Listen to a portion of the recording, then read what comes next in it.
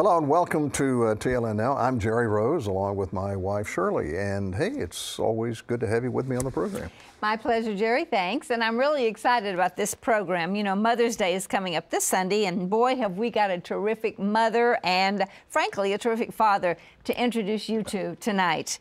In fact, I think there needs to be a special Family Day holiday, Jerry, just to celebrate unique families like the one that you're going to meet tonight. You know, it sounds intriguing, but before we get to that story, I want to remind you that our prayer lines are open. They'll be open the entire hour.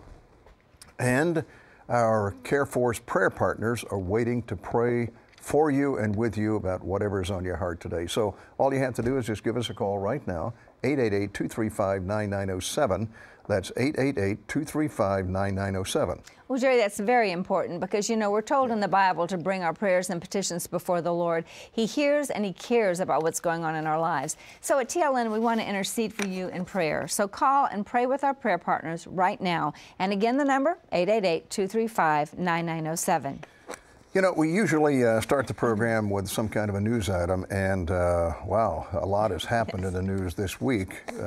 Before Sunday, in fact, there was a lot to talk about. And then, of course, Sunday night, President Obama hit us with an astounding announcement that U.S. forces had killed Osama bin Laden at a compound in Pakistan.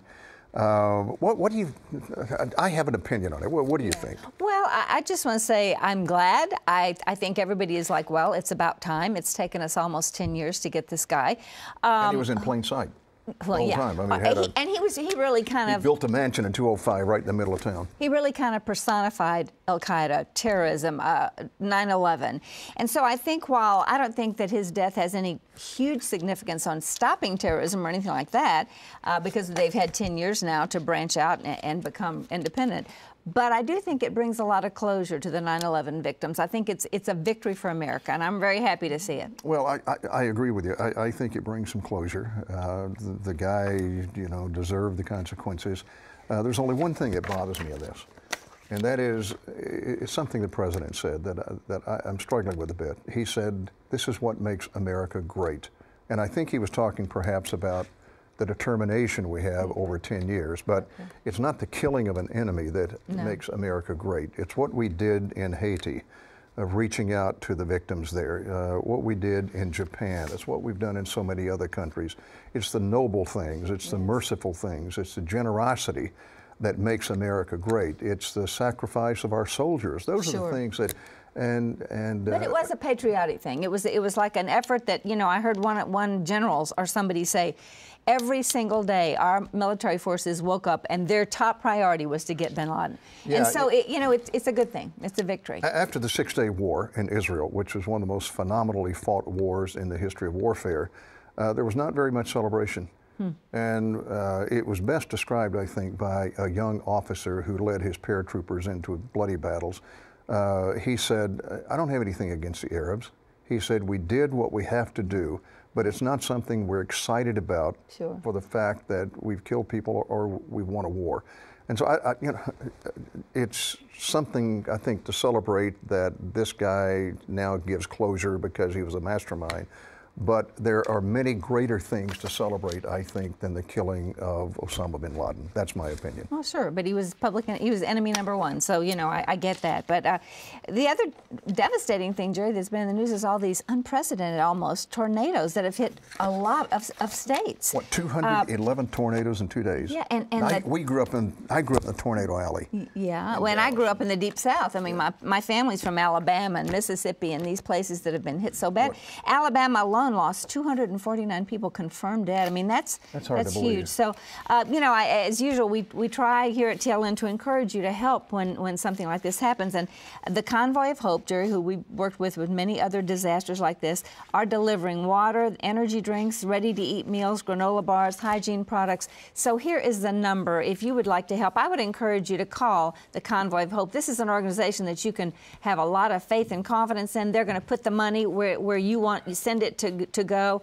and that's the number 800-988-0664. I would just really encourage our viewers, if you feel maybe you have some, we have a staff member here, Jerry, who actually had not in the tornadoes, but had a relative that was burned in those horrible fires. In the Texas fires. In the Texas fires, and when something like that happens, it really hits close to home. So maybe you even have relatives living in that area, and you would like to give toward this. That I would encourage you to go through Convoy of Hope to do that. And we've worked with Convoy of Hope before, and they really do an incredible job. Well, we have to mention the royal wedding. Why is that so important? Is it because that's part of our roots? Because we're part of England in the past? Yes, of course. We're all fascinated by England, but not only that. I mean, it's every girl's dream to be a princess. I mean, every young girl dreams of being a princess. And my goodness, Princess Diana. They want me to hold it up. Sorry.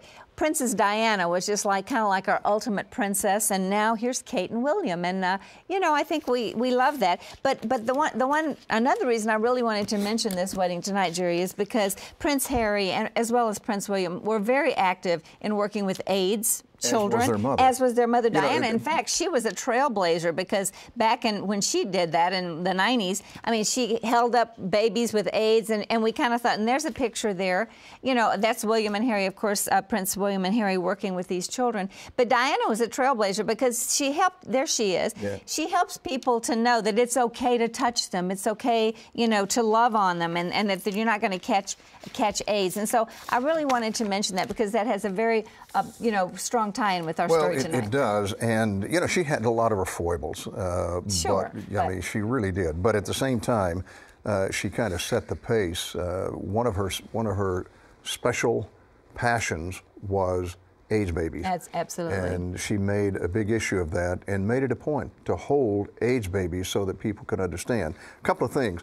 HIV, and this is something that needs to be understood. HIV is not transmitted through hugs, kisses, handshakes, sharing water, air, food, anything like that. It's got to be through some transmission of blood. Well, we're going to get into more of that later in the show, Jerry. Because that's really a big point of this program tonight. But don't forget that our prayer partners are waiting for your calls all throughout the hour, and our toll-free Care First number again, 888-235-9907. Whatever's on your heart, call and talk with one of our prayer partners.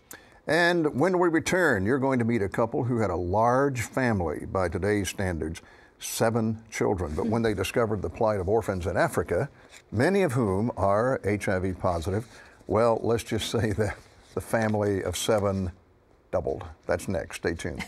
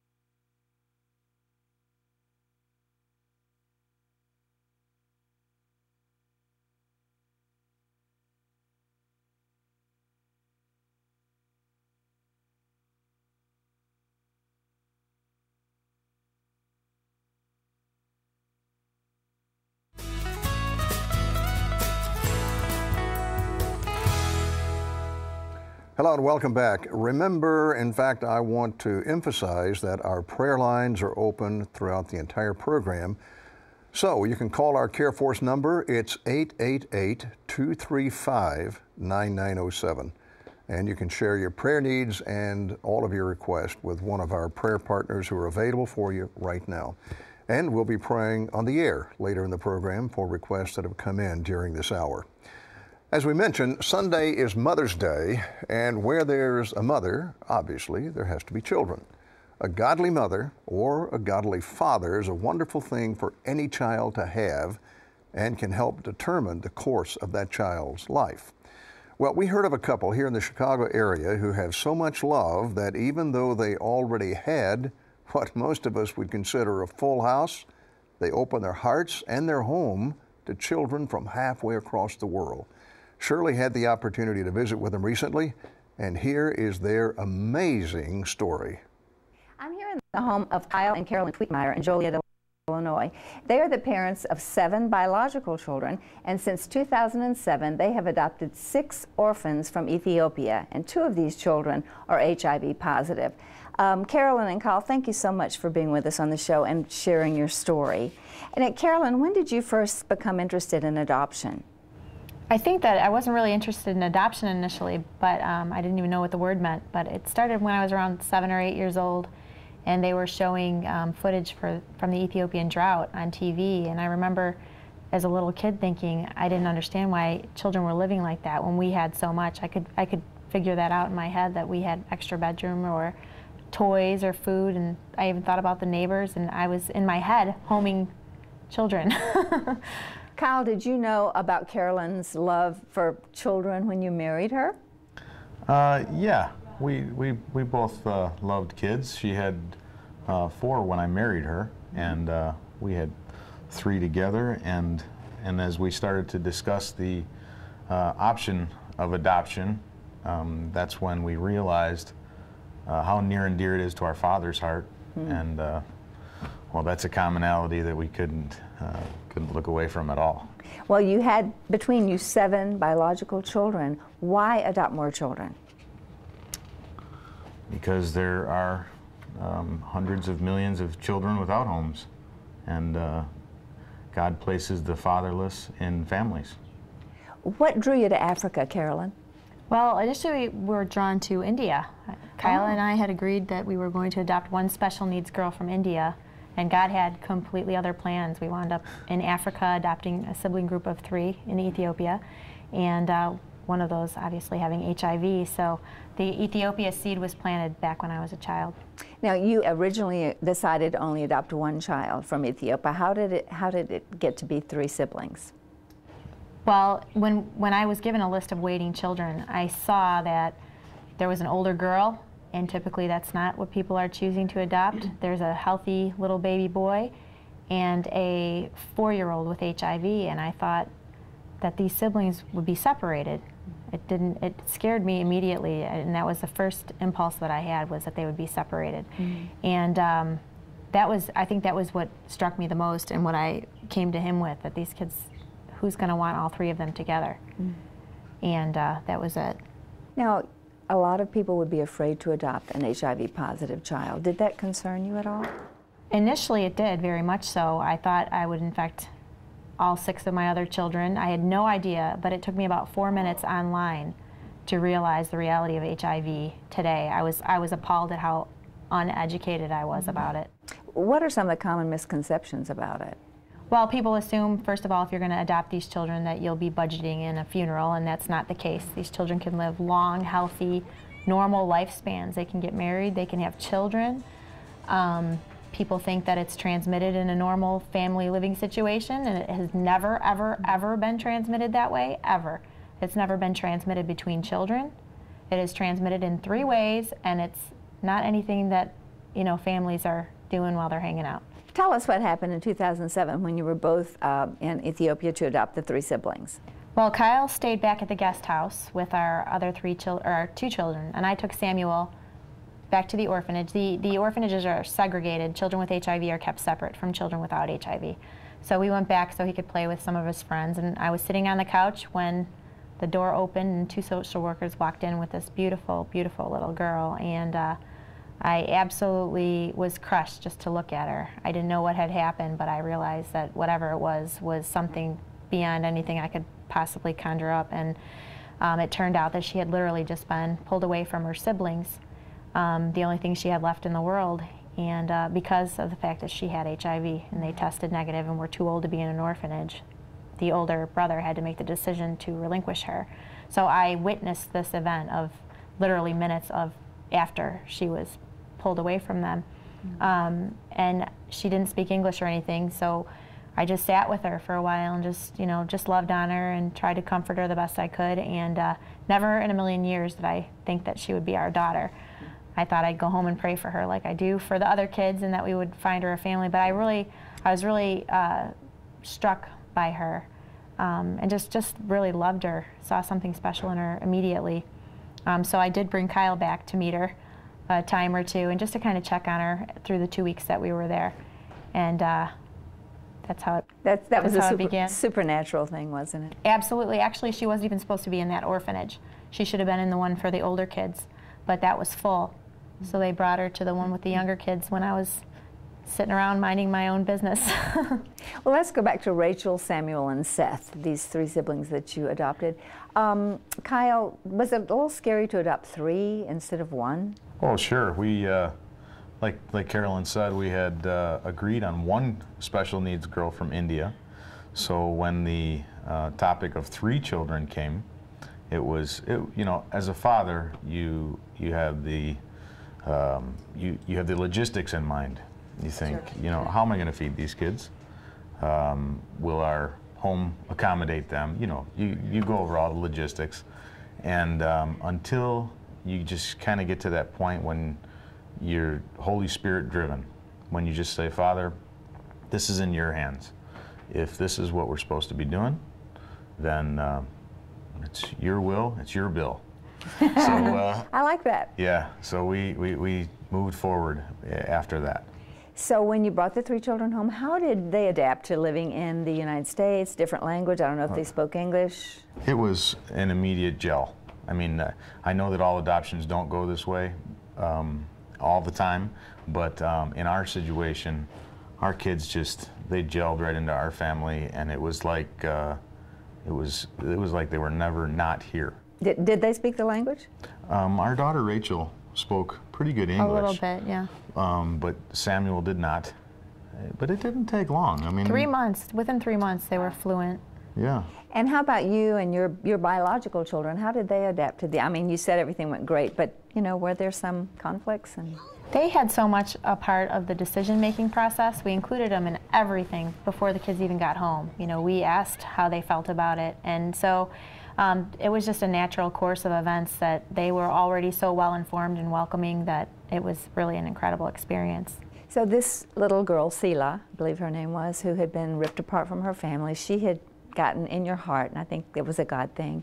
So what did you ultimately do about that? Did you? Well, I kept track of her, and I did that with a lot of kids, and we prayed for them like crazy. And 6 months later, I had found out that her health was dramatically declining and that she had had no inquiries about the possibility of adopting her. So I brought that fact to Kyle, and because we had both met her, he knew exactly what I was talking about. And he immediately said that time that, you know, this is a no-brainer. We need to go get her. And that's what we did. She left quite an impact on both of us. She was just really a special girl, and I mean, God was orchestrating a new plan for us. So. Well, in 2008, when you went there, some pretty dramatic things were happening. Well, when I got there, I was completely shocked by her appearance and how much she had declined since I'd seen her last. She had lost an extreme amount of weight. She was 32 pounds and almost 11 years old. And it was sad to see and quite shocking. We wound up in the hospital for most of the month I was there. She was very, very ill and too ill to even get on an airplane to come home. They had, the doctors were warning me that she would probably not even survive to come home. And it was an interesting experience. It was me by myself there for the month with her, without my husband, without my kids, and it was just an amazing, as traumatic as it was amazing encounter with the Lord. Wow. she was so ill and needed blood, and you actually donated some of your blood. Tell us about that. Well, what happened is she was in stage 4 AIDS. She was in what was considered the end stage of AIDS, and they don't give the blood bank blood to children with AIDS, or anybody with AIDS for that matter. Blood is so scarce there. And the only possibility was that if I were somehow a match. And sure enough, I was a match. And just, you know, just another part of the miracle of the story, that God knew before that child walked in the first time I saw her that eventually I'd be back and in a situation like that, and that he would make our blood compatible with each other and allow me that privilege to witness actually what God has done for us. He showed us the whole adoption process down to giving the blood and the redemption after that. He just showed the living gospel through our adoption process over and over again. It's just been such a privilege. And how did you cope with 10 children at home? Well, my mother-in-law was quite a help, but I don't have a problem with our kids. I don't have a problem playing Mr. Mom. You're extraordinary. I mean, it's obvious, but no, they're extraordinary kids. Really, we're really blessed with our kids. Carolyn, when you were there with Sela, you also met her siblings. Would you tell us about that? Yes, she was so dramatically ill that the concern that she would not survive was obvious, and we thought it was important that she see her siblings again, one way or the other. And I knew that God wasn't sending me there to return without her, but I was okay if that was the case, because we got the point across that she was loved and she was wanted, and no matter what the outcome was, we were in it to win it. So we brought her siblings to see her, and I had found out at that point that they were not with an adult at all. It was just the two of them living in one room. How old were they? They were, at that time, 14 and 16. And I realized they were living on their own in a little 10 by 10 room with no adult supervision. And the idea that they were going to be separated from each other again, I saw how much they loved each other, was not acceptable. I called Kyle from there and I said, uh-oh, Yeah.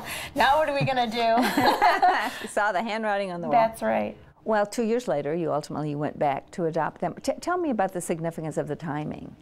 It was exactly 2 years later, went back and brought them home, and the encounter at the airport was absolutely amazing. When we left, they didn't know that they'd ever see her again anyway, whether she lived or died or whatever. Typically that doesn't happen, that they would ever see each other again. So to see her fully healthy and her, her little body filled out and, just radiating, to witness them meeting eyes and stuff at the airport was so powerful. It was just absolutely incredible. Well, you two obviously have a huge capacity for love. But I have to ask you, Kyle, you have 13 children now. How does anyone afford 13 children? Can Donald Trump afford 13 children? It really comes down to he is our Jehovah Jireh, and he provides abundantly. And I know that sounds, sort of generic, but the fact is that it is supernatural. We rely on him fully, and he comes through fully every time. There are things that we do differently. We're a little more conservative with our spending, not ultrally by any. You obviously had to make some different lifestyle choices, though, to make this work. Sure. We're not really concerned about having a new car in the driveway. We're not real concerned about. I don't know what else we would do. All the clothes, and we see things so much different. And being in the countries where our children were born made all the difference in the world. You realize the order of importance, and most of what goes on in the world is, and here at least, is not important. So we've shifted a lot of our spending. We don't do without anything, but when we had 4 kids, it was harder, it seemed, financially. Yes. And God he just provides. Did you have enough bedrooms? Did you have a big enough car? I mean, these are practical parts of living with 13 children. These are things that God put in place ahead of time. We bought our 15-passenger van because we were having our 6th biological child. So, and little did we know that he was going to fill it up, every single seat. I think that's the trick. You buy the van and he will fill it. Build them and they will come. Exactly. That's and then, great. And then we decided to, we were going to move, and we were able to take advantage of a situation that gave us a much bigger house, just a lot of square footage, but very simple. And little did we know that we would be filling that as well. That's so cool. Yeah. But you need bedrooms for a lot of people. I've added on. We've made bedrooms in our basement as well, and in our existing bedrooms upstairs, we use our vertical space. We have bunk beds. Triple decker. Yeah. My little boys, I built a triple decker for them, and that's about it. It's, believe it or not, it's fairly spacious. It's not too bad. It works well. Good. Now, Carolyn, you homeschool. What's a typical day like for you? Well, it's an... What's typical? Yeah, I'm not sure. Define typical. Yes. We get up, we have a, somewhat scheduled routine. You have to with this many kids. Everybody knows their responsibilities. The older kids are paired up with some of the younger kids, and everybody helps each other get going in the morning. We start out with chores and breakfast and the beginning of schoolwork, and then, lunch and more afternoon chores, and then free time, and then I do Project Hopeful work typically after that. So it's like everybody else's house, only there's a lot more people. That's part of having a big family, is that everybody contributes. Right. Which I believe is a really well-rounded child. I think it's easier. Yeah. What does a typical dinner time look like for you? Well, we have to pre-plan, that kind of thing. There's a lot of people, and oftentimes we'll try to make several meals at once or whatever. The girls are awesome in the kitchen. If I'm out of here, those girls can run a household, and we think that's important.